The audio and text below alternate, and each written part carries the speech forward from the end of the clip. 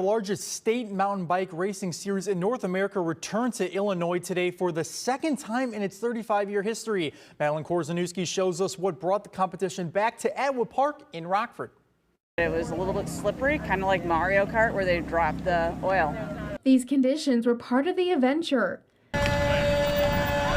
As the Wisconsin Off-Road Series returned to the Perry State for the second time in more than 3 decades. It was muddy, but added to the adventure of it, hilly, not so hilly, rolling hills and fun, kept you on your toes. But those Atwood Park hills didn't become a race course by accident. In the last decade, the Rockford Park District purposely built mountain bike trails here. The Park District says Atwood now features about 5 miles of natural surface trails winding along the Kishwaukee River, built to challenge riders without shutting out beginners. And Atwood is just honestly one of the top-notch best trail systems we have here in Illinois. And those trails hosted 2 mountain bike racing competitions at once, a border battle pitting Illinois against Wisconsin and the Illinois State Championships. They saw Atwood Park and they wanted to add a race in Illinois, so we are the only Illinois race in the series. Organizers say hundreds of male and female riders between 7 and 70 years old rode to determine whether Illinois or Wisconsin has the fastest mountain bikers. The people are amazing, and like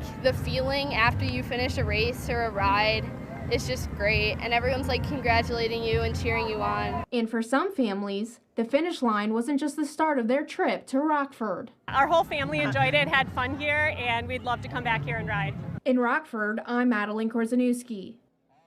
Organizers say Atwood's trail system has room to grow with the potential to add more in the future. The park's mountain bike trails are open to the public outside of these racing events.